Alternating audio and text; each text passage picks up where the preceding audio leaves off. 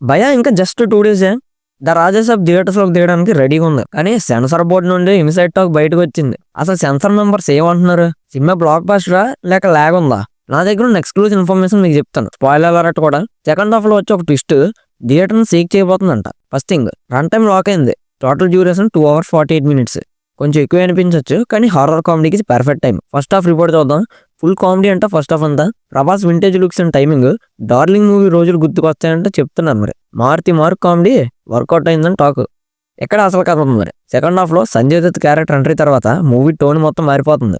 Emotional గా correct చేస్తూనే భయపెట్టే సీన్స్ ఉంటాయంట. క్లైమాక్స్ ముందు ప్రభాస్ క్యారెక్టర్ లో వచ్చే ఒక ట్రాన్స్ఫర్మేషన్ సీన్ ఫ్యాన్స్ కి పూనకాలు తెప్పిస్తుందని సెన్సర్ టాక్. దీంట్లో విఎఫ్ఎక్స్ వర్క్ కూడా హాలీవుడ్ రేంజ్ లో ఉందంటున్నారు. మరి సో సెన్సర్ సర్టిఫికేట్ యూబయ్యే కట్లేం లేకపోవడం మంచి విషయం. టాక్ కూడా పాజిటివ్ గా వచ్చింది. సో రాజసా ఫుల్ మీల్స్ పెట్టకపోయినా హాఫ్ మీల్స్ పెట్టినా చాలు. కానీ ఎక్కువ హైప్ మాత్రం మీరు పెట్టుకోకండి. నార్మల్ గా వెళ్ళి ఎంజాయ్ చేసి వచ్చేయడమే. ఫస్ట్ డే ఫస్ట్ షోకి ఎన్ని మంది వెళ్తుంటారో కింద కామెంట్ చేయండి. రివ్యూ రాగానే మాత్రం మీకు ఫస్ట్ నోటిఫికేషన్ రావాలంటే ఛానల్ సబ్స్క్రైబ్ చేసుకోవడం మర్చిపోకండి.